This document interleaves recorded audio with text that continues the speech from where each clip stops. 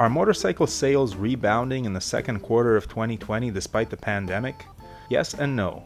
It seems that off-road sales are up while road motorcycle sales are down this year, and that is a very weird development.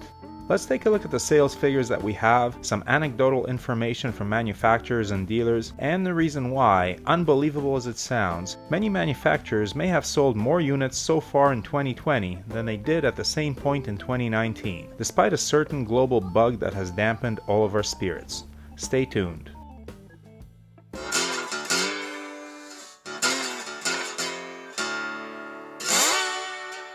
One note. Whenever I put out a video on motorcycle sales numbers, people always want to dispute it, so I'll share the sources I've used to compile this information in the description below. I also want to point out that official second quarter sales numbers are not yet out, so a lot of this information is based on April and May sales of individual manufacturers as well as conversations with industry insiders. Piecing this information together and trying to make sense of it only provides a partial picture of what's going on. A better metric will be available once official second quarter sales are published. But for now, let's see what's going on in the world of motorcycle sales. I will update this information when more official numbers come out, so subscribe and hit that bell to be notified of future developments. Second quarter sales are usually the highest in the motorcycle industry. This is a time when consumers make their new bike purchases as spring rolls in North America, Europe, and Asia. So obviously the numbers in April, May, and June are crucial to year-end success for any manufacturer. Let's take a look at what we know by manufacturer and what clues this information may be telling us about the direction that the industry is headed. According to a June 26th article in Cycle World, powersports sales have been strong through April and May. In fact, the Motorcycle Industry Council reported that 2020 powersports sales have been better than the last 3 years.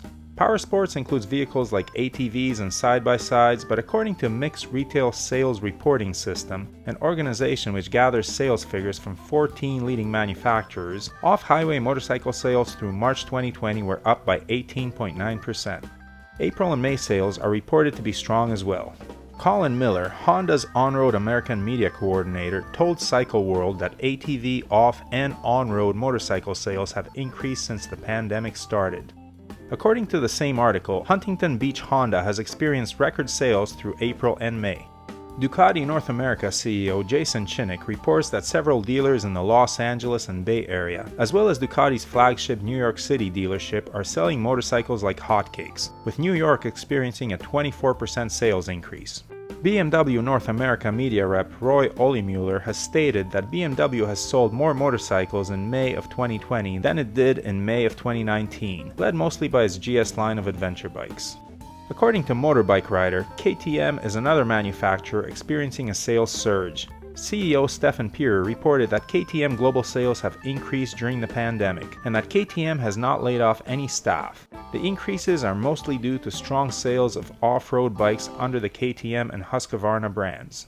To be sure, it's not all rosy news everywhere. In the United States, off-road motorcycle sales are up while road sales are down. Harley-Davidson let go of 90 employees at their Wisconsin and Pennsylvania plants, and Triumph cut 400 jobs and are planning to move more production out of Hinckley, UK to Thailand.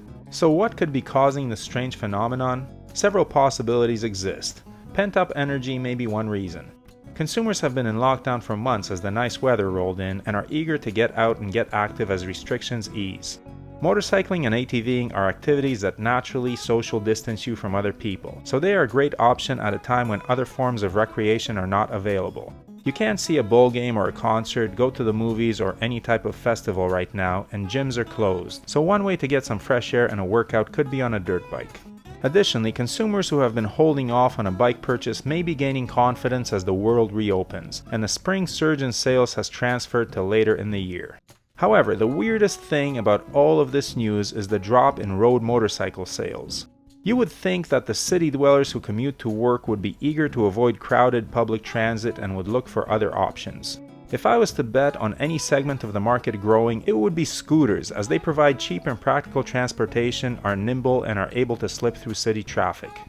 Off-road motorcycles, on the other hand, are more of a luxury item. And at a time when we may be facing an economic downturn, you would think that they would be depressed. Another piece of strange news is the reported success of Ducati, which sells only road motorcycles and is a luxury brand on top of that. It seems that both Ducati and BMW are defying the conventional wisdom that sales of luxury items suffer during tough economic times.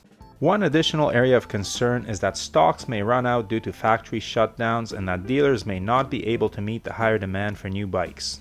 I'm no economist, and market trends sometimes confound even the experts in the field, but it is good to hear that the industry is not as hard up as one would imagine. Many experts are predicting that the true recession won't hit until later in the year, so it's no time to celebrate yet. But the motorcycle industry has proven itself to be more resilient than the auto industry, which has taken a serious hit in this pandemic.